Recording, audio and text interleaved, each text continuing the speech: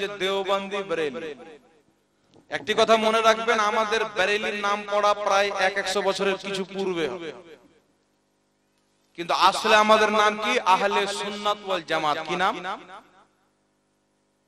জোরে বলেন, আহলে সুন্নাত ওয়াল জামাত। বেরেলি কেন হলো? একটি কথা মনে রাখবেন, আমাদের আকীদা যারা বেরেলভি, যাদেরকে বেরেলভি বলা হয়, তাদের প্রত্যেকটা আকীদা 1400 বছর পুরাতন আকীদা, কোনটা নতুন না। আর যারা আহলে হাদিস বলে, এদের আকীদা কোনটা 100 বছর পুরাতন, 150 বছর পুরাতন, ওর পূর্বে কওরের আকীদা ছিল। ইবনে তাহমিয়ার পূর্বে নবীর ওসিলাকে কেউ অস্বীকার করেনি, ইস্তেগাসাকে কেউ অস্বীকার করেনি। সে নতুন নতুন বিদাতি আকীদা তৈরি করলো আর নিজের অন্ধ মুকাল্লিদকে পথভ্রষ্ট করলো, গুমরাহি করলো। এই ভারত উপমহাদেশের মাটিতে যখন আরবের মাটি থেকে খেলাফতে উসমানিয়াকে প্রায় শেষ করে দিয়েছিল ওয়াহাবি মতবাদে, ওই সময়তে ভারত, পাকিস্তান, বাংলাদেশ, এই দেশগুলি একটা দেশ ছিল। তো ভারতের মাটিতে তখন ইংরেজদের শাসন ছিল। কাদের শাসন ছিল? দেওবন্দীদের লেখা একটি কিতাব আছে, মাকালেমাতুস সাদরাইন। সেই কিতাবের মধ্যে দেওবন্দীরা লিখেছে যে দেওবন্দ মাদ্রাসার প্রত্যেকটা শিক্ষককে ইংরেজি হুকুমত 600 টাকা করে বেতন দিত ওই জামানায়। তখন দেওবন্দি জামাতে 4 জন মুফতি। কয়জন মুফতি? 4 জন মুফতি, 4 জন আলিম। একটা হচ্ছে কাসিম নানতাবি, একটা হচ্ছে খলিল আহমদ আম্বেঠি, একটা হচ্ছে আশরাফ আলী থানভী, একটা হচ্ছে রশিদ আহমদ গাঙ্গুহি। সর্বপ্রথম কাসিম নানতাবি একটি কিতাব লিখলো, তাহজিরুন নাস। সেই কিতাবের মধ্যে লিখলো, বিল ফরজ अगर बादे जमानाए नबी सल्लल्लाहु अलैहि वसल्लम कोई नया नबी पैदा हो फिर भी खातिमियत मोहम्मद में कुछ फर्क ना आएगा। সে লিখলো যে আমাদের নবীর পরেও যদি নতুন নবী জন্ম নিয়ে নেয়, তবু আমাদের নবীর শেষ নবী হওয়াতে ব্যাঘাত ঘটবে না। নাউজুবিল্লাহ বললেন, আমাদের নবীর পরে যদি নতুন নবী জন্ম নেয়, আমাদের নবীর শেষ নবী হওয়াতে ব্যাঘাত ঘটবে না, ঘটবে না। আমি যদি বলি কোন মানুষের একটা ট্যাং যদি কেটে নেওয়া হয়, তো তার চালে কোনো তফাৎ ঘটবে না। মূর্খ বলবে কি বলবে না মানুষ? একটা চোখ যদি কানা করে দেওয়া হয়, তো দৃষ্টিতে কোনো তফাৎ ঘটবে না, ঘটবে কি ঘটবে না? তো আমাদের নবীর পরে যদি নতুন নবী জন্ম নেয়, তো শেষ নবী হওয়াতে ব্যাঘাত ঘটবে কি ঘটবে না? কুরআন মিথ্যা হবে কি হবে না? হাদিস মিথ্যা হবে কি হবে না? তো এই যে আকীদা দিল, এই আকীদাটা সঠিক না ভুল? তখন পাকিস্তানের গোলাম আহমদ কাদিয়ানি এই ইবাদত নিয়ে দাঁড়িয়ে গেল যে আমাদের নবীর পরে নতুন নবী জন্ম নিয়ে নিল, আমাদের নবীর শেষ নবী হওয়াতে ব্যাঘাত ঘটবে না। তো আমি গোলাম আহমদ কাদিয়ানি জন্ম নিয়ে নিয়েছি, আমিও নবী, কিন্তু শেষ নবী মুহাম্মদ রাসূলুল্লাহ। বলে নাউজুবিল্লাহ। তো গোলাম আহমদ কাদিয়ানিকে নবী কে বানিয়েছিল? কাসিম নানতাবি, দেওবন্দ মাদ্রাসা। দ্বিতীয় নম্বরে খলিল আহমদ আম্বেঠি বারাহিনে কাতিয়ার 121 পৃষ্ঠার মধ্যে লিখলো যে আমাদের নবীর চাইতে শয়তানের জ্ঞান বেশি। নাউজুবিল্লাহ বলবেন। এরপরে রশিদ আহমদ গাঙ্গুহি ফাতাওয়া রশিদিয়ার মধ্যে লিখলো আল্লাহ তাআলা মিথ্যা কথা বলতে পারে। নাউজুবিল্লাহ বলবেন। আল্লাহ মিথ্যা বলতে পারে? পারে। এরপর আশরাফ আলী থানভী নিজের মুরিদকে কলমা পাঠ করালো, লা ইলাহা ইল্লাল্লাহ আশরাফ আলী রাসূলুল্লাহ। নাউজুবিল্লাহ। হিফজুল ঈমান কিতাবের মধ্যে লিখলো নবীর মতন জ্ঞান প্রত্যেক পশু পাখি জীব জন্তু সবাইকে আছে। এই জঘন্যতম আকীদা, আল্লাহর গুস্তাখি, রাসূলের গুস্তাখি, এইগুলো আকীদাকে নিয়ে আমার আলা হযরত তাদেরকে 12, 13, 14 বছর পর্যন্ত অনেক বছর বুঝালো যে তোমরা ভুল রেখেছো, তওবা করে নাও। তারা মানলো না যে আমরা সঠিক লিখেছি, কারণ ইংরেজ তাদেরকে লিখতে বলেছিল যে মুসলমানের মধ্যে একটা ফাটল সৃষ্টি হবে, আমাদের ইংরেজি হুকুমত ভারতের মাটিতে টিকবে। একটা বিশাল বড় চক্রান্ত প্ল্যান করেছিল। আর ইংরেজদের মতন দিমাগ কাউরি নাই, দুনিয়াবি দিমাগ ইংরেজদের মতন কাউরি নাই। দেখবেন হাওয়াই জাহাজ কে বানিয়েছে? ইংরেজ বানিয়েছে। এই যে মাইক্রোফোনে বক্তব্য দিচ্ছে, এটাও ইংরেজরাই বানিয়েছে। এগুলা লাইট কারা আবিষ্কার করেছে? ইংরেজরাই আবিষ্কার করেছে। তো যত আপনি জিনিস দেখছেন সব ইংরেজরাই বানিয়েছে। গুগল, ফোন, আপনার ওই কি বলে ফেসবুক, হোয়াটসঅ্যাপ, এগুলো কার? সব ইংরেজদের। এদের নলেজ অনেক। এই আকীদাকে আমার আলা হযরত বুঝাইতে থাকেন, তারা বুঝলো না। ইমাম আহলে সুন্নাত এই আকীদাগুলিকে নিয়ে গিয়ে আরবের উলামায়ে কেরামের সামনে রেখে দিলেন। উনি নিজে ফতোয়া দিলেন না, আরবের উলামায়ে কেরামের সামনে যখন রেখে দিলেন, আরবের উলামায়ে কেরাম পড়ে বুঝে তারা 4 জনের উপরে ফতোয়া দিল যে বলেছে নবীর মতন জ্ঞান পশু পাখি জীবজন্তুকে আছে, আল্লাহ মিথ্যা বলতে পারে, নবীর চাইতে শয়তানের জ্ঞান বেশি। যে বলেছে যে নবীর চাইতে শয়তানের জ্ঞান বেশি এবং নবীর পরে নতুন নবী জন্ম নেওয়া সম্ভব, তিনি বললেন। এবং গোলাম মোহাম্মদ কাদিয়ানী যে নিজেকে নবী দাবি করেছেন, এই পাঁচজন ব্যক্তির উপরে আরবের 33 জন ইমাম, কাবার ইমাম, মদিনার ইমাম, মসজিদে কুবার ইমাম, যত বড় বড় আলিম আরবের ছিলেন, তারা কমবেশ 33 জন উলামায়ে কেরাম ফতোয়া দিলেন আল্লাহ রাসূলের গুস্তাখি করার কারণে এই পাঁচজন ব্যক্তি হচ্ছে মুরতাদ এবং কাফির। এদের জঘন্যতম আকীদা, আল্লাহ মিথ্যা বলতে পারে, নবীর জ্ঞান চাইতে শয়তানের জ্ঞান বেশি, নবীর পরে নতুন নবী জন্ম নেওয়া সম্ভব। এদের এইগুলো জঘন্য আকীদাকে জানার পরে, বুঝার পরে যারা এদেরকে মুসলমান মনে করবে, তারাও কাফির হয়ে যাবে, বলেন নাউজুবিল্লাহ। তো এই জঘন্যতম আকীদার উপরে ফতোয়া লাগলো। ফতোয়াটি একটি কিতাব রূপে দেওয়া হলো, হুসামুল হারমাইন। ওই কিতাবটি ভারতে এসে যখন প্রচার হলো, তখন মানুষ তাদেরকে দেওবন্দি বলে ডাকতে লাগলো। কি বলে? কথা বলতে হবে, কি বলে?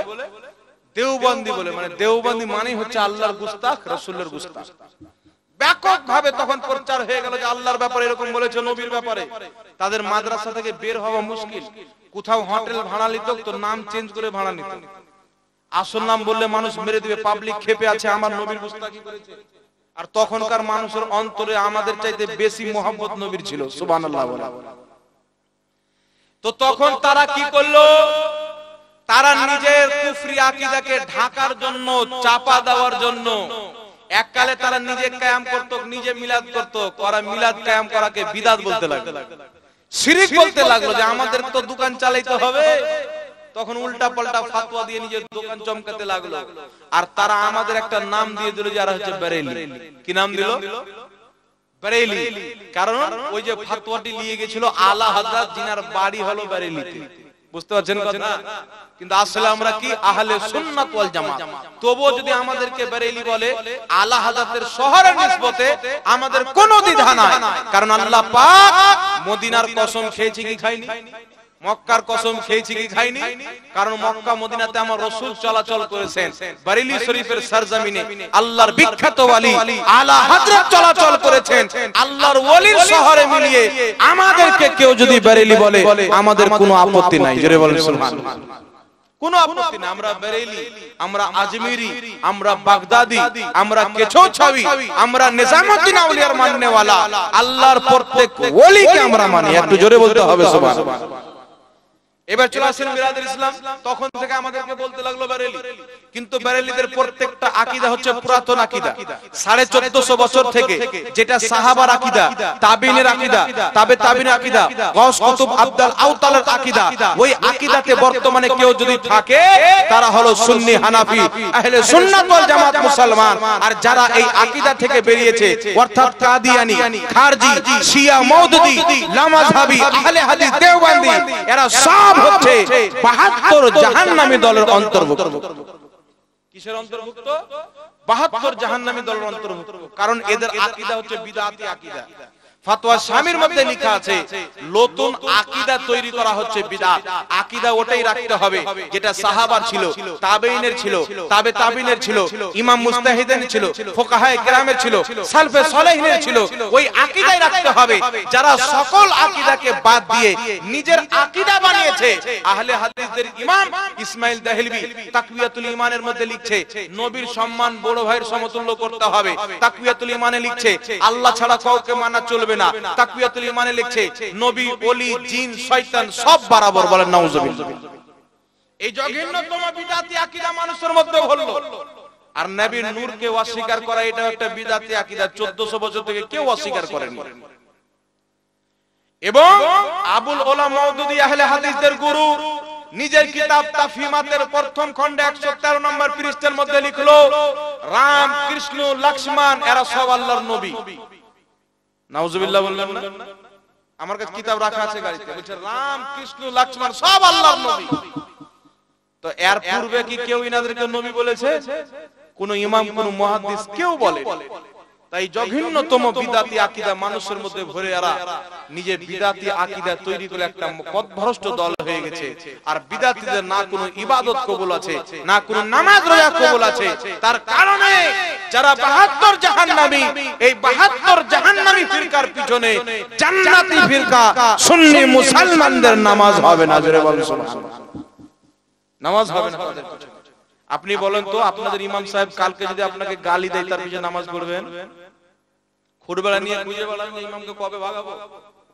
আপনাকে গালি দেয় তো যে ব্যক্তি আল্লাহকে মিথ্যাবাদী বলল, আল্লাহকে গালি দিল না? জোরে বলবেন না? এখন ওকে জিজ্ঞাসা করুন, আমরা কেন বলবো? যে লিখেছে লিখেছে, তাহলে ওকে রাহমাতুল্লাহ আলাইহি কেন বলো?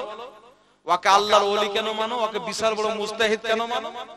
ওকে বিশাল বড় ইমাম কেন মানো? তো যেই ব্যক্তি আল্লাহকে গালি দিয়েছে, যারা তাকে সমর্থন করবে তারাও আল্লাহর দুশমন। চোরকে সমর্থন করাও চুরি। তাই আমরা আহলে সুন্নাত ওয়াল জামাত সব সহ্য করতে পারি, নবীর গুস্তাখি সহ্য করা যাবে না। জোরে বলেন সুবহানাল্লাহ। তাই যে লিখেছে নবীর সম্মান বড় ভাইয়ের মতো করতে হবে। নবী আমাদের মতনই সিম্পল মানুষ ছিল, এদেরকে আমরা সমর্থন করি না।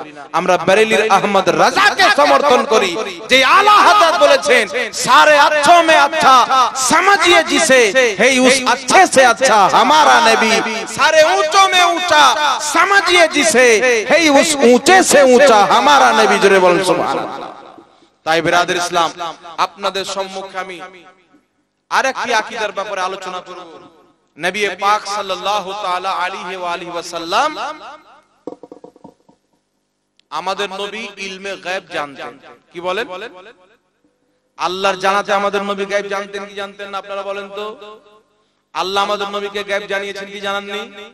একটি কথা মনে রাখবেন, কোরআন যখন পড়বেন তো কোরআন পাকে পাবেন যে আল্লাহ ছাড়া কেউ গায়ব জানে না। নবী তুমি বলো, যদি আমি গায়ব জানতাম অনেক কল্যাণ একত্রিত করে নিতাম। এমন কি যে আমি এটাও বললাম আমার কাছে আল্লাহর খাজানা আছে। তো একটি হচ্ছে নিজে থেকে গায়ব জানা, একটি হচ্ছে কওরির জানাতে জানা। তো আল্লাহর জ্ঞান, আল্লাহর ইলম, আল্লাহর সব কিছু নিজস্ব, আল্লাহকে কওরির দেওয়া জিনিস না। বুঝতে পারছেন কথা আমার? আল্লাহর যে জ্ঞান কেউ আল্লাহকে দিয়েছে কি? আল্লাহ কওরির লাওয়ার মুহতাজ, আল্লাহ সব জিনিস নিজস্ব। তো যেখানে বলা হয়েছে আল্লাহ ছাড়া কেউ গায়ব জানে না, এর অর্থ হচ্ছে আল্লাহর নিজস্ব জ্ঞান। এই জ্ঞান আল্লাহ ছাড়া কেউ জানে না, নিজে থেকে যেটা জানা হয়। কিন্তু আমাদের নবী আল্লাহর জানাতে জানে। সুবহানাল্লাহ বলেন। আমাদের নবী আল্লাহর জানাতে ইলমে গায়ব জানে, যেটা আল্লাহ পাক কোরআন পাকে বলেছেন সূরা জিনের আয়াত নাম্বার 26 এবং 27 এর মধ্যে। আল্লাহ পাক বলেন আলিমুল গায়বি ফালা ইযহিরু আলা গায়বিহি আহাদা ইল্লা মান ইরতাদা মির রাসূল। আল্লাহ বলেন আমি গায়ব জাননে वाला, আমার গায়বের প্রতি কাউকে ক্ষমতামান করি না, ইল্লা মান ইরতাদা মির রাসূল, কিন্তু যেই রাসূলের প্রতি আমি রাজি হয়ে যাই তাকে ইলমে গায়ব দান করে দিই। জোরে বলেন সুবহানাল্লাহ। কোরআন পাকে আরেক জায়গায় আল্লাহ পাক বলেছেন সূরা আলে ইমরান 179 নম্বর আয়াত। আল্লাহ পাক বলেন মা কানাল্লাহু লিইতলাকুম আলাল গায়বি ওয়ালাকিন্নাল্লাহা ইয়াসতাবি মির রাসূলিহি মাইয়াশা। আল্লাহ বলেন হে সর্বসাধারণ, তোমরা কি এটা মনে করো আল্লাহ যাকে তাকে ইলমে গায়ব দিয়ে দিবে? না, আমি আল্লাহ বেছে নিই নিজের রাসূলগণের মধ্যে যাকে চাই, আমি যে রাসূলকে চাই সেই রাসূলকে ইলমে গায়ব দান করি। জোরে বলেন সুবহানাল্লাহ। আরেকটি কথা শুনলেন, নবী শব্দ যে আছে, নবী, এই নবী হচ্ছে আরবি শব্দ। এই নবী শব্দের অর্থ দেওবন্দি মৌলভী মিসবাহুল লুগাতের মধ্যে লিখেছে, নবী শব্দের আবিধানিক অর্থ হলো আল্লাহর ইলহামে গায়বের খবরদাতা। জোরে বলেন সুবহানাল্লাহ। গায়ব বলনে ওয়ালাকে নবী বলা হয়। আর নবী সাল্লাল্লাহু আলাইহি সাল্লাম ইলমে গায়ব জানেন, আল্লাহ জানিয়েছেন, এটা কোরআন পাক থেকে প্রমাণিত। আরেকটি দলিল নেন, পবিত্র কোরআন পাকে আল্লাহ বলেন ওয়া আল্লামাহু মিল্লাদুন্না ইলমা। আল্লাহ পাক বলেন আমি খিজির আলাইহিস সালামকে ইলমে লাদুন্নি দান করেছি। জোরে বলেন সুবহানাল্লাহ। আমি খিজির আলাইহিস সালামকে ইলমে লাদুন্নি দান করেছি। এই খিজির আলাইহিস সালামকে ইলমে লাদুন্নি আল্লাহ দান করেছেন। তো ইলমে লাদুন্নিটা কি? তো এই আয়াতের তাফসিরে হযরতে ইমাম বাইজাবি রাহমাতুল্লাহ আলাইহি তাফসিরে বাইজাবির মধ্যে লিখেছেন ওয়া আল্লামাহু মিল্লাদুন্না ইলমা, আল্লাহ খিজর আলাইহিস সালামকে ইলমে লাদুন্নি দান করেছেন। এই ইলমে লাদুন্নি হচ্ছে ইলমে গায়ব। খিজর আলাইহিস সালামকে আল্লাহ ইলমে গায়ব জানিয়েছেন, তিনি আল্লাহর জানাতে ইলমে গায়ব জানেন। জোরে বলেন সুবহানাল্লাহ। আর একটু জোরে বলবেন না সুবহানাল্লাহ। তাহলে কোরআন আর কোরআনের তাফসীর থেকে কি বোঝা গেল? আল্লাহ না জানাতে কেউ ইলমে গায়ব জানে না, কিন্তু আল্লাহর জানাতে নবীগণ ইলমে গায়ব জানে। এটাকে যে অস্বীকার করবে ওই ব্যক্তির উপরে কুফরির ফতোয়া আমার আল্লাহ কোরআন পাকে দিয়েছেন। একজন মুনাফিক যখন আমার নবীর ইলমে গায়বকে অস্বীকার করলো, তাফসীরে তাবরীর মধ্যে লেখা আছে হযরতে আব্দুল্লাহ ইবনে আব্বাস থেকে বর্ণিত, একজন সাহাবার উট হারিয়ে গেছে। আমার নবী বলছেন উমুকের উট উমুক জঙ্গলে বাঁধা আছে। একজন মুনাফিক বাইরে গিয়ে বলছে কার উট কোথায় বাঁধা আছে, মুহাম্মদ কি করে বলতে পারে, মুহাম্মদ তো গায়ব জানে না।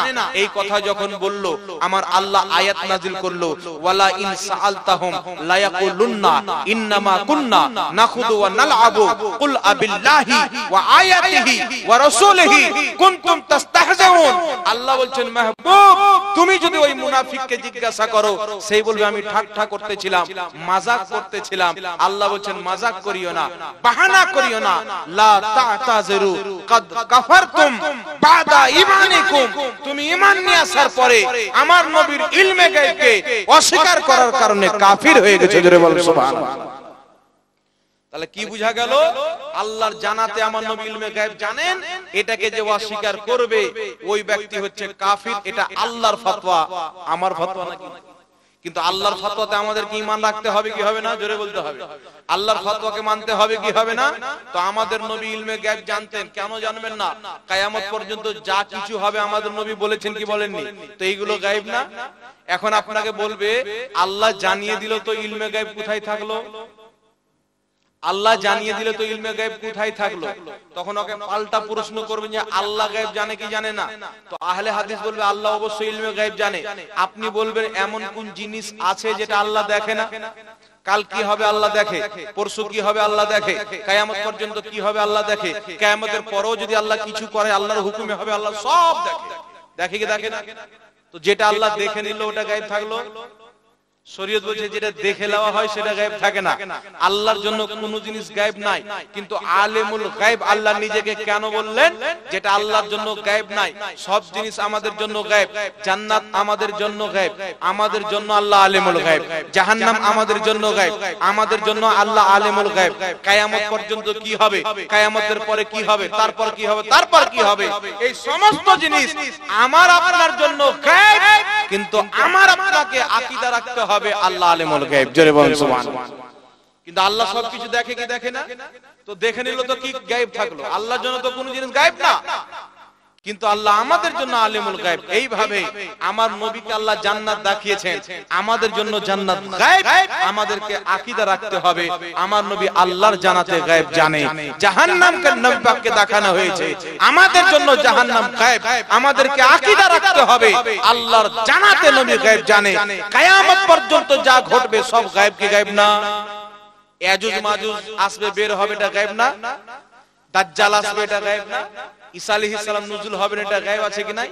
মেহেদী রাদিয়াল্লাহু তাআলা আনহু আসবেন, এটা গায়েব না? কিয়ামত পর্যন্ত কি কি হবে যত নিশানি আমার নবী বলেছেন সব গায়েব। তো আল্লাহর জানার পরও সেটি আমাদের জন্য গায়েব। তো আমাদেরকে বিশ্বাস রাখতে হবে আল্লাহর জানাতে নবী গায়েব জানে। বলেন বিরাদর ইসলাম। যাই হোক, নিজের আকীদাকে শুদ্ধ করেন। আমাদের নবী লিখতে পড়তে জানতেন। কি জানতেন? আমাদের নবী লিখতে পড়তে, অক্ষরিক জ্ঞান আমাদের নবী ছিল না? ছিল না? একটু জোরে বলতে হবে, ছিল না? ছিল না? আরেকটি কথা, আমাদের নবী নূর না মাটি? আমাদের নবী নূর প্রমাণ হলো কি হলো না? এটাই পুরাতন সকল আকীদা ছিল, এই আকীদা রাখেন। এখন একজন মৌলবী আমাকে বলছে, একটা লোক, যে হুজুর বাংলাদেশের বড় বড় মৌলবী বলেন নবী মাটির তৈরি, আপনি বলছেন নূরের তৈরি, তো এত বড় মৌলবীর বাদ দিয়ে আপনারটা কেন শুনবো? তো আমি বললাম তোমার ওই মৌলবী বেশি বড় না ইমামে আবু হানিফা বেশি বড় আলিম? না ইমাম ইবনে হাজার আসকালানি বেশি বড় আলিম? না আব্দুল কাদের জিলানী রাহমাতুল্লাহ আলাইহি বেশি বড় আলিম? কে বেশি বড় আলিম? বলজি ইমামে আজম আবু হানিফা 5 লক্ষ হাদিস মুখস্থ জানতেন। সুবহানাল্লাহ বলবেন না? 5 লক্ষ হাদিস মুখস্থ জানতেন, আর নবী পাকের প্রত্যেকটা হাদিসের উপরে তিনার দৃষ্টি ছিল। জোরে বলেন সুবহানাল্লাহ। তাহলে এখন বাংলাদেশে এমন মৌলবি নাই যে 5 লক্ষ হাদিস জানে না, এরকম মৌলবি? আর পেটে লাত যদি মারেন ওগুলো মৌলবি তো 2টা হাদিস বের হবে, 2টা হাদিস বের হবে না। এগুলো সব স্ট্যাটার লাগিয়েছে বড় বড় বড় ডিএসএলআর ক্যামেরা। এই কত বড় মৌলবি রে, এগুলো সব ওদের মৌলবিরা প্রচার করে বানিয়েছে। কিন্তু একটাও জাহিল আমাদের সামনে বসলে এবারও তুই পড়তে পারবে না, বাংলা বই পড়ে ওয়াজ করে। তাই যারা যোগ্য বিজ্ঞ হক্কানি আলিম তাদের আকীদা হলো নবী নূর। জোরে বলেন সুবহানাল্লাহ। তাই বিশ্বাস রাখতে হবে নবী লিখতে পড়তে জানতেন, নবীর আক্ষরিক জ্ঞান ছিল, নবী নূরের তৈরি, এটাই সহিহ আকীদা। নবী ইলমে গায়ব জানেন, এটাই সহিহ আকীদা। একটু জোরে বলতে হবে সুবহানাল্লাহ। এইবার চলে আসেন মিরাজুল ইসলাম, একটু আলোচনা সামান্য আমি আপনাদের সম্মুখে নামাজ সম্পর্কে রাখবো। আমল কি সম্পর্কে? একটু জোরে বলেন, কি সম্পর্কে? ঈমানের পরে সর্বপ্রথম ফরজ কি? জোরে বলেন, ঈমানের পরে সর্বপ্রথম ফরজ কি? কেউ যদি নামাজকে ফরজ না মানে ওই ব্যক্তি কাফির হয়ে যাবে। কেউ যদি নামাজকে হালকা মনে করে শরীয়তে ওইও কাফির হয়ে যাবে। কিন্তু নামাজকে ফরজ মানে কিন্তু নামাজ পড়ে না, ও কাফির হবে না, কিন্তু কাফিরের মতো কাজ করবে। ও বিখ্যাত পাপী, জঘন্যতম পাপী ব্যক্তি। তাই আমাদেরকে নামাজ পড়তে হবে কি হবে না? এখন নামাজ নিয়ে কিরকম ঝামেলা চলে না? আজ থেকে 50 বছর পূর্বে সব নাভির নিচে হাত বাঁধতো। এই দেখেন আমার বয়স্ক বাপজিরা সব বসে আছে, জিজ্ঞাসা করেন এখানে হাত বাঁধতে হয় না, এখানে কোনো ঝামেলা ছিল না, সব এখানে হাত বাঁধতো। ছিল কি ছিল না বাপজি আপনাদের বাচ্চানা জামানায়? কিন্তু এখন বিভিন্ন রকম ঝামেলা। কেউ বলছে এখানে বাঁধো, ফের কিছু মৌলবি দেখছে যে এখানে যদি বাঁধি তো সুন্নিরা দাওয়াত দিবে, ওয়াহাবিরা দিবে না, তো ফের মিডলে টেনে এখানে বাঁধছে। যেন দুইটা লোক ঝামেলা মানে দাওয়াত দেয়, এরা মনে করে আমাদেরই আছে, এরা মনে করে আমাদেরই আছে। কিন্তু একটি কথা মনে রাখবেন, আমি আর আগেও চ্যালেঞ্জ করেছি, এখনো বলছি, সর্বপ্রথম হাত বাঁধা নিয়ে বুকের উপরে হাত বাঁধার কোন সহিহ হাদিস নাই। শুনতে পেলেন আমার কথা? বুকের উপরে হাত বাঁধার কেউ যদি আমাকে একটা সহিহ হাদিস দেখাইতে পারে, আমি 1 লাখ টাকা পুরস্কার দেব। বলে চলে যাচ্ছে না, এখানে ইউটিউবে যাবে, কেউ আমার চ্যালেঞ্জ অ্যাকসেপ্ট করুক। আজ থেকে কিছুদিন পূর্বে আপনাদের ডোমকুলের একটা কাঠমুন্সি আমার চ্যালেঞ্জ অ্যাকসেপ্ট করেছিল। এখানে দেখছেন যে আমাদের ইউটিউবার আছে, এখানে একটা ইউটিউবার আছে আবু সালেহ তার নাম, ওকে ফোন করেছে, আমি হুজুরের চ্যালেঞ্জ অ্যাকসেপ্ট করলাম, 1 লক্ষ টাকা দাও, সহিহ হাদিস আমি দেখাবো। আমাকে ফোন করলো, হুজুর এরকম ব্যাপার, নাম্বারটা কি আপনার দিব? আমি বললাম আমার নাম্বার দেওয়ার দরকার নাই, তুমি তো মুনাজারাতে জিতে যাবে, তুমি কথা বলো। হ্যাঁ জিজ্ঞাসা করেন, ওর সামনে বলছি। ও যখন কথা বললো যে হাদিস পাঠাও, টাকা লাও, তো সর্বপ্রথম একটা হাদিস পাঠাচ্ছে আবু দাউদ শরীফে। হযরতে তাউস রাহমাতুল্লাহ আলাইহি বলছেন যে নবী পাক সাল্লাল্লাহু আলাইহি ওয়াসাল্লাম নামাজে বুকের উপরে হাত বেঁধেছেন। নাসিরউদ্দিন আলবানী বলছেন হাদিসটি সহিহ। এবারে এই হাদিসটি ওকে পাঠিয়েছে, ও যখন আমাকে পাঠালো, তো আমি বললাম যে ওকে জিজ্ঞাসা করো যে তাউসটা কে। তুই জিজ্ঞাসা করেছেন আচ্ছা এই যে হাদিসের বর্ণনাকারী তাউস, এই তাউসটা কে? তো বলছেন তাবেঈ। তো বলছে তাবেঈ যখন নবীর কথা ডাইরেক্ট বর্ণনা করবেন, মাঝখানে সাহাবী থাকবেন না। তাবেঈ কিন্তু সাহাবীকে বলেন না, যিনি সাহাবীকে দেখেছেন নবীকে দেখেননি উনি তাবেঈ, আর যিনি নবীকে দেখেছেন উনি সাহাবী। তাহলে যিনি নবীকে দেখেননি ডাইরেক্ট নবীর কথা বর্ণনা করছেন, মাঝখানে সাহাবী নাই, এই ধরনের হাদিসকে কি বলা হয়? মুরসাল। আর মুরসাল হাদিস জয়ীফ হাদিসের অন্তর্ভুক্ত। তোমরা মানুষকে কুত্তা বানানোর জন্য, চিটারি করার জন্য তোমরা এই হাদিসকে সহিহ লিখে রেখেছো নিজের কিতাবে, কিন্তু তোমার বাপও সহিহ প্রমাণ করতে পারবে। এই কথা যখন ধরেছেন যে তাউস রাহমাতুল্লাহ আলাইহি তাবেঈন, আর তাবেঈন যখন নবীর কথা বর্ণনা করবেন এই হাদিসকে বলা হাদিসে মুরসাল। মুরসাল হাদিস জয়ীফ হাদিসের একটা প্রকার। তো তুমি জয়ীফ হাদিস কেন দিচ্ছ বেটা? সহিহ হাদিস দাও, 1 লাখ টাকা লাও। তখন আরেকটা হাদিস পাঠিয়েছে, তো হাদিসটাতে লিখেছে হাদিসটি হাসান। আমাকে পাঠিয়েছে, আমি তো হাসান হাদিস বলিনি, আমি তো জয়ীফ সহিহ হাদিস বলেছি, তুমি সহিহ হাদিস পাঠাও। এই 2-1টা হাদিস পাঠিয়েছেন, 2-1টা হাদিস পরে যখন ক্লিয়ার জবাব পেয়ে গেছে আর কোনো কথা বলে। আর কলকাতা বারাসাত থেকে একজন ফোন করেছিল, বারাসাত চিনেন কলকাতায়, নাম শুনে হবেন, আমি কয়েকবার প্রোগ্রামে গিয়েছি। ওখান থেকে ফোন করেছেন বুকের উপরে হাত বাঁধার সহিহ হাদিস আপনাকে দিব। আমি অমুক মাদ্রাসা থেকে বলছি, আমি দাও, ওই একই হাদিস আবু দাউদ শরীফের পাঠ করছে। আমি বেটা এ তো জয়ীফ সবাই জানে, তুই বোকা কেন বানাচ্ছিস মানুষকে? কয়েকটা হাদিস বর্ণনা করলো, আমি খণ্ডন করলাম, অমুক ইমাম হাদিসটিকে জয়ীফ বলেছেন, অমুক ইমাম হাদিসটিকে জয়ীফ বলেছেন। বুকের উপরে হাত বাঁধার যত হাদিস আছে, কোনটা জয়ীফ, কোনটা জাল, কোন বাপের বেটা একটা সহিহ হাদিস দেখ, আমি 1 লাখ টাকা তাকে পুরস্কার দেব। কেউ দিতে পারবে না, আমার বেঁচে থাকা অবধি কেউ দিতে পারবে না। আর কেউ যদি পরে জাল হাদিস বানিয়ে নেয় তো আমার যেটা দেখার না। এবার চলে আসেন বিরাদর ইসলাম, নাভির নিচে হাত বাঁধার সহিহ হাদিস নেবেন, জোরে বলতে হবে। নাভির নিচে হাত বাঁধার সহিহ হাদিস নিয়ে যান। মুসান্নাফে ইবনে আবি শাইবা কিতাবটির নাম, যেই কিতাবটি বুখারী মুসলিমের সম্ভবত আগে লেখা হয়েছে। মুসান্নাফে ইবনে আবি শাইবার মধ্যে হাদিস হযরতে আলকামা নিজের বাপ থেকে, তিনি নিজের বাপ থেকে বর্ণনা করেন, রাসূল পাক সাল্লাল্লাহু আলাইহি ওয়াসাল্লাম ওয়াদা ইয়ামিনিহি আলা শুমালিহি ফি সালাতি তাহতা সুররা, নবী পাক সাল্লাল্লাহু আলাইহি ওয়াসাল্লাম ডান হাত বাম হাতে রেখে নাভির নিচে বাঁধলেন। জোরে বলুন সুবহানাল্লাহ। একাধিক ইমাম হাদিসটিকে সহিহ বলেছেন, এমন কি যে আহলে হাদিসদের গুরু মুবারাকপুরি তোহফাতুল আহওয়াজি কিতাবে হাদিসটিকে সহিহ বলেছেন। আর আমি যেই মুসান্নাফে ইবনে আবি শাইবা বললাম, আজ থেকে প্রায় 20 বছর পূর্বে সৌদি আরব থেকে ছাপা হয়েছে, ওই কিতাবের মধ্যে হাদিসটি আছে। এখন যে কিতাব সৌদি আরব থেকে মুসান্নাফে ইবনে আবি শাইবা ছাপে, ওখান থেকে তাহতা সূরা শব্দটি উড়িয়ে দিয়েছে। একটু ধ্যান দিয়ে শুনবেন বাবজি, আমি যে কিতাবের হাওয়ালা দিলাম মুসান্নাফে ইবনে আবি শাইবা, আজ থেকে 20 বছর পূর্বে সৌদি আরব থেকে ছাপানো হয়েছে। আমি অরিজিনাল ফটো তুলে নিয়ে এসেছি, করে লাগলে নিয়ে যেতে পারেন। কত বছর পূর্বে? 20 বছর পূর্বে সৌদি আরব থেকে ছেপেছে তাহতা সূরা, নাভির নিচে নবী হাত বেঁধেছেন শব্দটি আছে। এখন যেটি সব সৌদি আরব থেকে ছাপা হচ্ছে, ওই তাহতা সূরা শব্দটা উড়িয়ে দিয়েছে। তো চোর ধরা পড়বে কি বলবে না? একবার ছাপছে যে শব্দটি আছে, আর একবার ছাপছে তো শব্দটি নাই, তাহলে চুরি কে করলো? তো নিজের স্বার্থের জন্য ওরা হাদিসকে পরিবর্তন করছে। আর আমার মোবাইলে ভিডিও আছে, আমেরিকার পার্লামেন্টে কথা হচ্ছে যে আমরা, আমেরিকা বলছেন আমরা আমেরিকা, বার্তানিয়া, ইসরায়েল আর সৌদি আরব রিয়াজে একটা মিটিং করেছি। নতুন নতুন হাদিস আমরা যেগুলো বানিয়েছি, বাঙালিদেরকে বাংলা জবানে, বিহারীদেরকে হিন্দি জবানে, যে যেখানকার আছে তাদের নিজের নিজের ভাষায় ট্রান্সলেশন করে তাদের পর্যন্ত আমরা ফ্রিতে বইগুলো পৌঁছাবো। আসল যেগুলো হাদিস আছে নবীর হাদিস, আসল হাদিস মিটে যাবে।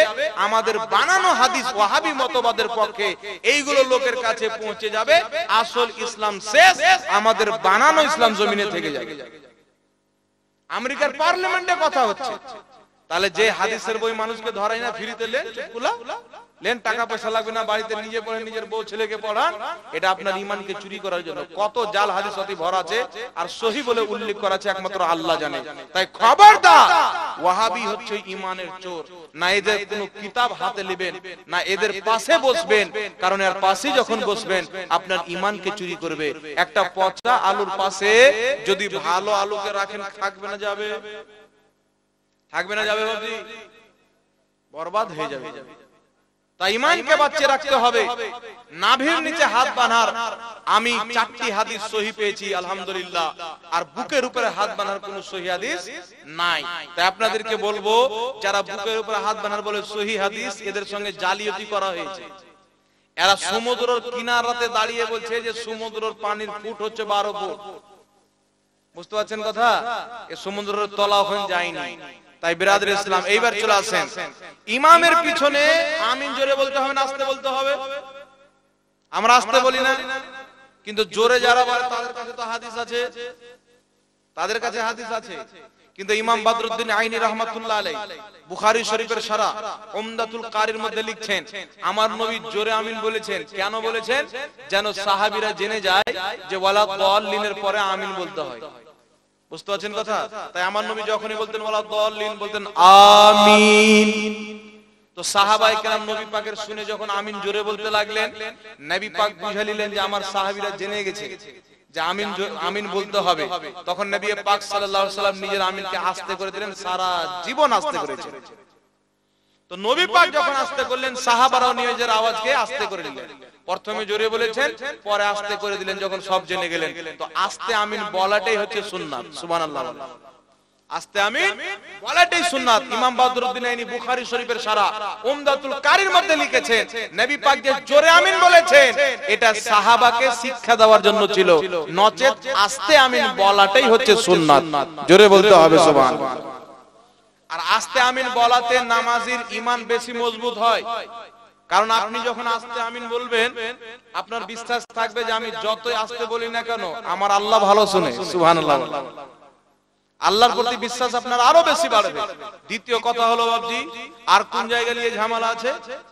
নামাজে বারবার হাত তোলা নিয়ে ঝামেলা আছে।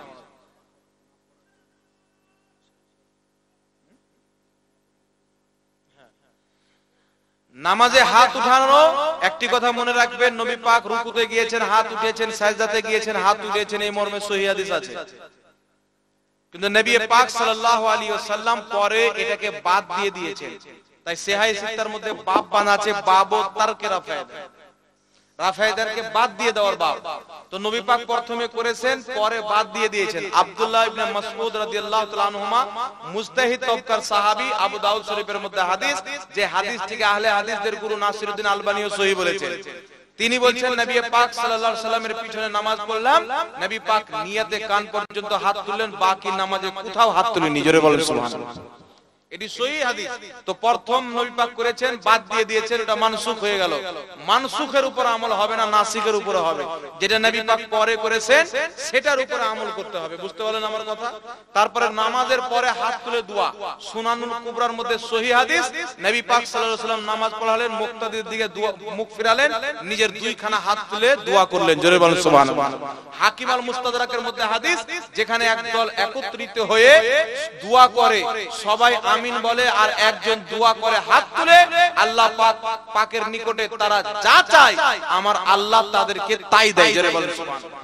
তাই নামাজের পরে হাত তুলে দোয়া করা নবীর সুন্নাত, সবাই মিলে দোয়া করা মুস্তাহাব। জোরে বলেন সুবহানাল্লাহ।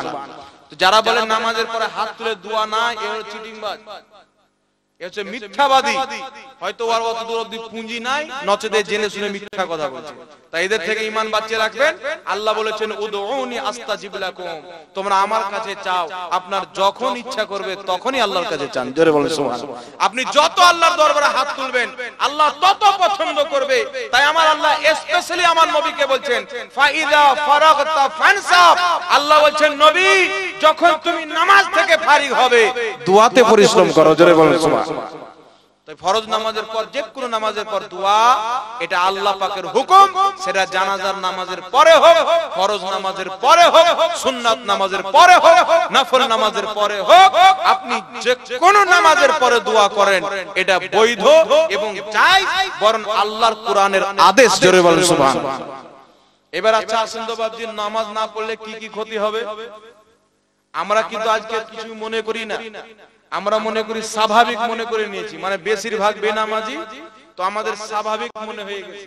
আর আমাদের অন্তর থেকে আল্লাহর ভয় দিন দিন কিন্তু বেরিয়ে যাচ্ছে। কিন্তু একটি কথা মনে রাখবেন, নামাজ ছাড়ার যা সাজা, সুদ খাওয়াতেও তার সাজা না, জিনাকারীর তার সাজা না, মদ খানেওয়ালারও তার সাজা না। একজন ব্যক্তি সারা জীবন যদি মদে লিপ্ত থাকে তার চাইতে হাজার গুণা বেশি গুনাহ হচ্ছে নামাজকে জেনে শুনে ছেড়েছে। আপনি নামাজ পড়ছেন আর বলছেন সুদখোর, তা আপনি তো ওর চাইতে বেশি খারাপ। নামাজকে জেনে শুনে আপনি ছাড়ছেন। এই নামাজ কে ফরজ করেছেন আমাদের উপরে? কথা বলেন, কে ফরজ করেছেন? নামাজ কে ফরজ করেছেন? আরে জোরে বলেন না বাবজি, কে ফরজ করেছেন? আপনার চোখের মালিক কে? হাতের মালিক কে? পায়ের মালিক কে? আল্লাহ। দেহের মালিক কে? আত্মার মালিক কে? জমিনে আপনাকে কে পাঠিয়েছেন? আপনাকে রিজিক কে দিচ্ছেন? দেহটা চালাচ্ছেন কে? নামাজটা ফরজ কে করেছেন? পড়তে কে বলেছেন? তা নামাজ পড়তে হবে কি হবে না? এ দেহ আপনার না, এ হাত আপনার না, হাত হচ্ছে আল্লাহর আমানত, চোখ হচ্ছে আল্লাহর আমানত, কান হচ্ছে আল্লাহর আমানত, পাও হচ্ছে আল্লাহর আমানত, আপনার পুরো বডি হচ্ছে আল্লাহর আমানত। আপনাকে আল্লাহ আমানতের তরফ থেকে দিয়েছে। আল্লাহ তাবারাক ওয়া তাআলা হাত দিয়েছেন যেন এই হাতে আপনি নেকির কাজ করেন, হালাল কাজ করেন। চোখ দিয়েছেন, চোখকে ভালো কাজে ব্যবহার করেন। কান দিয়েছেন, ভালো জিনিস শুনেন। পাও দিয়েছেন, ভালো জায়গাতে চলাফেরা করেন। আল্লাহ নলেজ দিয়েছেন, এই নলেজে আপনি কোরআন হাদিস শিখেন, অপরকে শিক্ষা দেন। কারণ আমার রাসূল বলেছেন মানুষের মধ্যে সর্বশ্রেষ্ঠ মানুষ যারা কোরআন হাদিস শিখে অপরকে শিক্ষা দেয়। জোরে বলেন সুবহানাল্লাহ। তাহলে আল্লাহ কি জন্য আমাদেরকে হাত পা দিয়েছে? আপনি একবার চিন্তা করেছেন আল্লাহ আমাদেরকে কি জন্য সৃষ্টি করেছেন? আল্লাহ বলেন ওয়ামা খালাকতুল জিন্না ওয়াল ইনসা ইল্লা লিয়াবুদুন।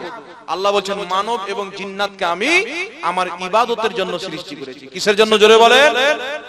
ইবাদতের জন্য সৃষ্টি করেছেন। এখন আমরা যদি নামাজ না পড়ি তো আল্লাহ যেই জন্য আমাদেরকে পাঠিয়েছেন সেটা করলাম? কথা বলতে হবে। তাহলে জান্নাতের আশা করে আমাদের লাভ আছে? লাভ আছে? মুসলমান আল্লাহকে ভয় করেন, কিয়ামতের ময়দানে আপনি কিছুই করতে পারবেন না। এখন আপনাকে শয়তান ব্রেনে ঢুকে বলছে মরবো তো দেখা যাবে, চিন্তা করুন মরবো তো দেখা যাবে। আপনি কি দেখবেন? আপনি আপনার আত্মা যখন বেরিয়ে যাবে আপনি নিজের হাতে পোশাক চেঞ্জ করতে পারবেন না, নিজের হাতে গোসল করতে পারবেন না, নিজের হাতে নিজের লজ্জা স্থানকে ঢাকতে পারবেন না। আপনি মরার পরে কি দেখবেন? যখন কবরে আপনাকে রেখে দেওয়া হবে, মাটি দিয়ে চাপিয়ে দেওয়া হবে, তখন আপনি কি দেখবেন? ওই অন্ধকার কবরে আপনার সুন্দর গালের মাংসগুলিকে কবরের পোকামাকড় চিবিয়ে চিবিয়ে খাবে, আপনার সুন্দর চোখের বুঁদিগুলিকে পোকা চিবিয়ে চিবিয়ে খাবে, আপনার দেহকে চিবিয়ে চিবিয়ে খাবে। রাস্তায় যখন কুকুর মারা যায় 2-3 দিন পর পোকা লেগে যায়, আপনার দেহে পোকা লেগে যাবে, আপনার মাথার মগজকে পোকা চিবিয়ে চিবিয়ে খাবে।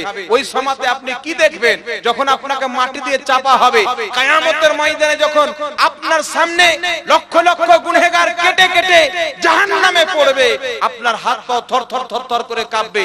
আপনি ওই সময়তে কি দেখবেন? যখন আপনি আপনার বাপকে জানবেন না, মাকে জানবেন না, আপনার মা আপনাকে জানবে না, আপনার বাবা আপনাকে জানবেন না, ওই সময়তে আপনি কি দেখবেন? যদি দেখতে হয় এখন দেখেন, যদি দেখতে হয় এখন দেখেন। আমার নবী বলেছেন এই দুনিয়া আখিরাতের বাজার। এই দুনিয়াতে যদি আপনি না সিধরান, আল্লাহর কসম খেয়ে বলি, আপনি রোজ রোজ দাড়ি কাটছেন, আল্লাহ আপনাকে ছাড়বে না। প্রত্যেকদিন নামাজ ত্যাগ করছেন, আল্লাহ আপনাকে ছাড়বেন না। হারাম কামাই খাচ্ছেন, আল্লাহ আপনাকে ছাড়বেন না। আল্লাহ পাক বলেছেন যাররা যাররার হিসাব বান্দা আমি তোমার কাছে নেব, যাররা যাররার হিসাব তোমার কাছে নেব। যদি কানতে হয় এখন কান, চিন্তা করতে হয় এখন চিন্তা করেন, যদি ভাবনা করতে হয় এখন ভাবেন, টেনশন করতে হলে এখন টেনশন করেন। কাল কবরে আপনার দেখবেন না যে আপনি দাড়ি কেন কেটেছিলেন, আপনি নামাজ কেন পড়েননি। কাল কবরে আপনাকে এই প্রশ্ন করে ছাড় দেওয়া হবে না যে কোনো কারণ ছিল, কোনো কারণ চলবে না। তাই বিরাদর ইসলাম, নিজেকে আল্লাহর হাওয়ালা করেন, নিজের জীবনকে মুহাম্মদ রাসূলুল্লাহ সাল্লাল্লাহু আলাইহি সাল্লামের জীবনের মতন করেন। যেই নবী মুস্তাফা আমাদের আইডিয়াল মডেল, জিনার ব্যাপারে আল্লাহ পাক বলেছেন যে আমার নবী মুস্তাফাকে আমি সুন্দর চরিত্রের অধিকারী বানিয়েছি। জোরে বলেন সুবহানাল্লাহ। আপনি বলেন তো আমার নবীর মতন চরিত্র কাউরি আছে পৃথিবীতে? আমার নবীর মতন সুন্দর কেউ আছে? আমার নবীর দাড়ি ছিল না তো আমার নবী কি সুন্দর ছিল না? আমাদের দাড়ি আছে তো আমাদেরকে কোনো মেয়ে বিয়ে করেনি নাকি? কিছু যুবক বলছে দাড়ি ছাড়া বলছে হুজুর বিয়েটা হয়ে যায়, মানে ও মনে করছে দাড়ি ছেড়ে দিলে মনে হয় কোনো মেয়ে বিয়েই করবে। তাহলে দাড়ি ছাড়লে যদি বিয়ে না করতো তো সব মৌলবি তো থেকেই যেত না, কি বলে? থাকতো কি থাকতো না? এখন দেখেন তো যত মৌলবি জিজ্ঞাসা করেন তো হুজুরের কটা ছেলে পেলে হয়েছে, আমাদের কটা ছেলে পেলে হয়েছে। কিন্তু আল্লাহর রহমতে আমরা দাড়ি ছেড়ে সুন্দর মেয়ে আল্লাহ আমাদেরকে দিয়েছে, দেয়নি? আমাদের বিয়ে হয়নি, যত মৌলবি আছে বিয়ে হয়নি। আপনি কার জন্য দাড়ি কাটছেন? আর কিছু বুড়া বাবজিরা আছে ও তো এমন ভাবে দাড়ি কাটে আর গাল টাল সব খাবড়া হয়ে যায়, ওইভাবে টেনে ধরে তারপর দাড়ি কাটে, মানে গালটা ভিতরে চলে গেছে। কেউ আবার জিভাবে এইভাবে ছেড়ে কাটে, মনে হচ্ছে সকালবেলা বিয়ে করতে যাবে, আছে রাত্রে দাড়ি। ওই বুড়া খসখসাকে আর কেউ বিয়ে করবে? ওর দিকে কেউ তাকাবে? বুড়ি মেয়ে তোকে দেখে ধূপ ফেলবে, ও পর্যন্ত দাড়ি কাটতে ছাড়ে। তাই ব্রাদার ইসলাম, মাজাক না, হাসি ঠাট্টা করলে হাসাতে নিষেধ নাই, হাসাও আমার নবীর সুন্নাত। তাই ব্রাদার ইসলাম, নিজের জীবনকে রাসূলুল্লাহর জীবনের মতো পরিবর্তন নিয়ে আসেন। আপনি নামাজ পড়ছেন, আপনার ছেলেকে নামাজি বানান, আপনার মেয়েকে নামাজি বানান, আপনার স্ত্রীকে নামাজি বানান, আপনার আত্মীয় স্বজনকে নামাজি বানান। যদি বাড়িতে ছেলে নামাজ পড়ে না, ওকে মারার অধিকার আছে। মেয়ে নামাজ পড়ে না, ওকে সাইজ করার অধিকার আছে। স্ত্রী নামাজ পড়ে না, ওকে সাইজ করার অধিকার আছে। বুঝতে পারছেন? স্ত্রী নামাজ পড়ে না, 2 খাবার লাগান তো একদিন দেখি। আপনি মাঠ থেকে আসছেন, খাবার রান্না করতে 10 মিনিট লেট হয়ে গেছে, ভাটা ভাট চুলের ধুরি ধরে তুলে দিলেন, আর এদিকে নামাজ পড়ে না। কিছু বলেছেন কোনদিন? একটা লোক বলেন তো যে আমরা নামাজ পড়ে না তাই আমার স্ত্রীকে আমি খুব বকেছি? একটা লোক পাবে না, ও তো নিজেই পড়ে না, তো স্ত্রীকে কি বলবে? গিয়ে বলবে কিন্তু নামাজ পড়, মুখ পোড়া তুই পড়ছিস, বলবে না? তো নিজে আগে শুধাইতে হবে কি হবে না? তো নিজের নামাজি হন, তারপর তো স্ত্রীকে বলবেন না, কি বলেন, যেন আপনাকে পাল্টা জবাব দেওয়ার সে সুযোগ না পায়। ইনশাআল্লাহ আমরা নামাজ পড়বো তো? আরো জোরে বলেন, পড়বেন তো? আচ্ছা আপনারা বলেন তো, আপনাদের বাড়ি থেকে যখন কারেন্ট পালিয়ে যায়, সব অন্ধকার হয়ে যায়, কেমন লাগে থাকতে? ভালো লাগে? কেমন কেমন মনে হয় না? কবরে কেমন অবস্থা হবে চিন্তা করেছেন? রাত্রে যখন ঘুমাবেন লাইটটা বন্ধ করবেন, লাইটটা বন্ধ করার পর একটু চিন্তা করবেন যে কবরে আমার কি অবস্থা হবে, কি করে আমি থাকবো? আপনার আমল যদি ঠিক থাকে আর ঈমান যদি মজবুত থাকে, আপনার আমল যদি সঠিক থাকে, আপনার কবরের চিন্তা আপনাকে করতে হবে না। আমার আল্লাহ বলছে ওয়াল্লাযীনা আমানু ওয়া আমিলুস সলিহাতি ফি রাওদাতিল জান্নাহ। আল্লাহ বলছে যারা ঈমান এনে নেক আমল করে আসবে তারা জান্নাতের রওজাতে থাকবে। জোরে বলেন সুবহানাল্লাহ। তাই গওস পাকের মাজারকে আমরা রওজা বলি, গরিব নওয়াজের মাজারকে রওজা বলি, রাসূলুল্লাহর মাজারকে রওজা বলি। কেন বলি? তারা ঈমান এনে নেক আমল করে দুনিয়া থেকে গিয়েছে, আর আল্লাহ বলেন তারা জান্নাতের রওজাতে থাকবে, অর্থাৎ জান্নাতের বাগানে থাকবে। জোরে বলেন সুবহানাল্লাহ। আর যারা গুনাহ করে যাবে, রাসূল পাক বলেন তাদের কবরটা জাহান্নামের টুকরা হবে, যারা নেকি করে যাবে তাদের কবরটা জান্নাতের টুকরা হবে। তো আমরা আমাদের কবরটা জান্নাতের টুকরা করতে চাই না জাহান্নামের টুকরা করতে চাই? একটু জোরে বলতে হবে, কিসের টুকরা করতে চাই? তো নামাজ পড়বেন ইনশাআল্লাহ। একজন এমন ব্যক্তি আছেন তো যে আজকে পর্যন্ত নামাজ পড়েননি, যে হুজুর আমি কালকে থেকে নামাজ, ফজর থেকে নামাজ চালু করব। একজন ব্যক্তি আছেন তো আল্লাহর ওয়াস্তে হাত তুলে বলেন যে হুজুর আমি ফজর থেকে নামাজি হয়ে গেলাম? আছেন একজন ব্যক্তি? একজন ব্যক্তি যে হুজুর আমি ফজর থেকে নামাজ ধরে নিলাম। এটা আমার ভালোর জন্য বলছি না আপনার? বলেন তো, আপনি নামাজি হলে আমার কবরে যাবেন না আপনার কবরে যাবেন? কার উপকারের জন্য বলছি? একজন ব্যক্তি, লজ্জা করছেন নাকি? সবাই হাত তুলে বলেন তো ইনশাআল্লাহ নামাজ পড়বো। বলেন ইনশাআল্লাহ, হাত তুলেন। লজ্জাকে তাকের উপরে রাখেন, বলেন ফজর থেকে ইনশাআল্লাহ নামাজ পড়তে যাব। ইনশাআল্লাহ ফজর থেকে অবশ্যই নামাজ পড়তে যাবেন, লজ্জা করিয়েন না। হ্যাঁ, আমাদের কিছু লোক বলে হ্যাঁ ওই নামাজ পড়তে চলো তো, বলছে হুজুর লজ্জা লাগে। লজ্জা লাগে? এখন লজ্জা করলে হবে? আচ্ছা বলেন তো, আমাদের যখন টাকার প্রয়োজন পড়ে তো অনেক ভিক্ষুক আছে না? ভিক্ষুক মাঠে মাঠে ঘাটে ঘাটে যেখানে মানুষ পায় সেখানে যায়, লজ্জা লাগে না? তো আল্লাহর দরবারে যেতে যদি আমাদেরকে লজ্জা লাগে, তো আমাদের চাইতে পাগল বোকা লোক আর কেউ আছে? মসজিদটা কার দরবার, কার ঘর? আল্লাহর ঘর যাইতে যদি আপনাকে লজ্জা লাগে, আপনি আপনার ঈমানের খবর নেন, আপনার অন্তরের খবর নেন। তাই খবরদার লজ্জা করবেন না। আপনার কবরে আপনার লজ্জা যাবে না, আপনার কবরে কেউ যাবে না। আপনার কবরে আপনাকে যেতে হবে, লজ্জার চোখে ভাঙতে হবে, অন্তরে আল্লাহর ভয় নিয়ে মসজিদ যেতে হবে। ইনশাআল্লাহ যাবো তো? বলেন ইনশাআল্লাহ নামাজ পড়বো। নিজের সন্তানকে নামাজি বানাবো ইনশাআল্লাহ, নিজের স্ত্রীকে নামাজি বানাবো ইনশাআল্লাহ, নিজের বোনকে নামাজ পড়তে বলবো ইনশাআল্লাহ। চলেন রাখেন। আচ্ছা ব্রাদার ইসলাম, আরেকটা কথা বলবো। আল্লাহ তাবারাক ওয়া তাআলা আমাদের প্রতি কিছু জিনিসকে হারাম করেছেন। করেছেন কি করেননি? কথা বলতে হবে। একটি কথা মনে রাখবেন ব্রাদার ইসলাম, বর্তমান জামানাতে কিয়ামতের নিশানি, রাসূল পাক সাল্লাল্লাহু আলাইহি ওয়াসাল্লাম বলেছেন জিনা আম হয়ে যাবে। কি হবে? জিনা মানে জানেন তো আপনারা? ব্যভিচার। অবিবাহিত কোন মহিলার কোন পুরুষ যদি সম্পর্ক করে সেটাকে জিনা বলা হয়। আর জিনা এমন একটি জঘন্যতম পাপের কাজ যে জিনা করে ওর চেহারা কিয়ামতের ময়দানে শুয়োরের মতন হবে। কার মতন হবে? কথা বলেন, কার মতন হবে? না নাম লাওয়ানা না যাই না, আল্লাহ কোরআন পাকের নাম লাইনি খিনজির বলে, ওর চেহারাটা শুয়োরের মতন হবে। আর হযরতে আলী রাদিয়াল্লাহু তাআলা আনহু বলেন জিনা হচ্ছে একটি কারস। আপনি মনে করছেন আমি অন্য কারোর বোনকে নিয়ে চলে গেলাম লালবাগ, অন্য কারোর বোনকে নিয়ে চলে গেলাম কোথাও হোটেলে, জিনা করে চলে আসলাম।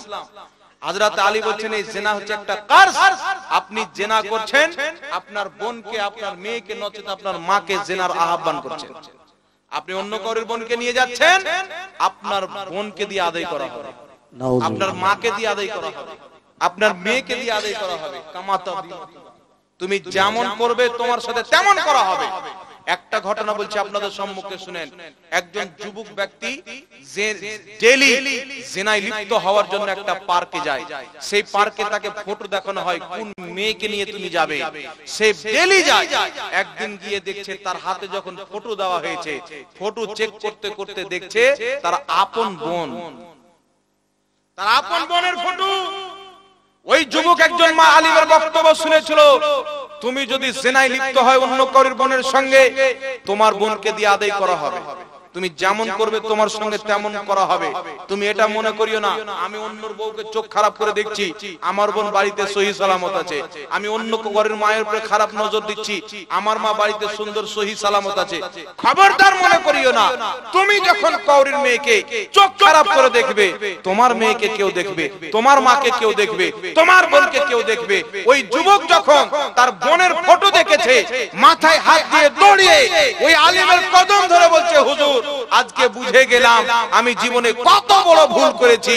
আর আপনি যেটা বলতেন যে জিনা হচ্ছে একটা কার, তুমি কাউরির সাথে যদি জিনা করো তোমার বোন বেটি দিয়ে আদায় করা হবে, আমি আজকে বুঝতে পেরে গেছি। সে কান্না করে তওবা করলো। আরেকটি ঘটনা শুনেন, বুখারা বলে একটি এলাকা যেখানে ইমাম বুখারীর বাড়ি। সেখানে একজন ব্যক্তি যার বাড়িতে চুলা জ্বলে না ঠিক মতো, বাপ ইনকাম করে আসে চুলা জ্বালিয়ে খায়। তার বাপ অসুস্থ হয়ে গেল, তিনার 4টা না 5টা মেয়ে। তো মেয়েগুলো দেখতে একেবারে চাঁদের মতো। ওই ব্যক্তির বড় মেয়ে, ওর বাপ যখন অসুস্থ হলো, ওষুধের জন্য, খাবারের জন্য, বিভিন্ন কাজের জন্য পয়সার প্রয়োজন, টাকা পয়সা কিন্তু নাই, কি করবে? ওই মহিলা দেখতে এমনি সুন্দর, আরো সুন্দর ভাবে সেজে এমন বাজারে গেল যে বাজারে দেহ বিক্রি করা হয়। ওই মহিলা দাঁড়িয়েছে, সকালবেলা গিয়ে সন্ধ্যা হয়ে যাচ্ছে, তার চাইতে খারাপ খারাপ মহিলাকে মানুষ পয়সা দিয়ে নিয়ে যায়, কিন্তু সেই মহিলার দিকে চোখ তুলে দেখে না। ওই মহিলা সন্ধ্যা হয়ে গেছে, সন্ধ্যাবেলা নিরাশ হয়ে বাড়িতে এসেছেন। বাপ জিজ্ঞাসা করছে, মা কোথায় গিয়েছিলে? মেয়ে কিন্তু বলছে না। বারবার বাপের জিজ্ঞাসা করাতে মেয়ে বলছে, আব্বা আমি গিয়েছিলাম নিজের জিসমের ধান্দা করতে, আপনাকে দেখে আর আমি সহ্য করতে পারছি না, আপনার জন্য ওষুধ নিয়ে আসবো বলে, কিন্তু আমি সকাল থেকে সন্ধ্যা পর্যন্ত থাকলাম, কেউ আমার দিকে চোখ তুলে দেখলো না। আমার চাইতে খারাপ খারাপ মেয়েকে নিয়ে গেল, কিন্তু আমার দিকে চোখ তুলে দেখলো না। আমি বুঝতে পারলাম না আমি কি দেখতে খারাপ? তার বাপ বলছে, মা তোমার মতন সুন্দর তো আমার এলাকাতে কারোর মেয়ে নাই, কিন্তু মা শোনো, আমি তোমার বাপ, আমি জীবনে কোনো মহিলার দিকে খারাপ দৃষ্টি দিয়ে তাকাইনি, জীবনে কোনো মেয়েকে বদনজরে তাকাইনি, আমি নিজের চোখের হেফাজত করেছি। আল্লাহ আমার বাড়ির ইজ্জত আমার মেয়ের হেফাজত করেছে, বলুন সুবহানাল্লাহ। তো আপনি নিজে যদি ঠিক থাকেন, আপনার ফ্যামিলি ঠিক থাকবে। আপনি নিজে যদি ঠিক না থাকেন, আপনার ফ্যামিলি ঠিক থাকবে না। তাই খবরদার এই জঘন্যতম কাজের দিকে কোনোদিন কদম বাড়াবেন না। আপনার নফস বহুত কিছু চাইবে মুসলমান, জিনা হচ্ছে একটি কাজ। আপনি যদি চান আমার মা জিনা থেকে হেফাজতে থাকুক, বোন জিনা থেকে হেফাজতে থাকুক, আমার মেয়ে জিনা থেকে হেফাজতে থাকুক, আমার বাড়ির মহিলা জিনা থেকে পাক পবিত্র থাকুক, আপনি নিজেকে জিনা থেকে বাঁচান। আপনি নিজেকে বাঁচান। আপনার চোখ থেকে, আপনার দৃষ্টি থেকে, আপনার থেকে পর মহিলা যখন সালামত থাকবে, আল্লাহ আপনার বাড়ির ফ্যামিলিকে সালামত রাখবে। জোরে বলুন সুবহানাল্লাহ।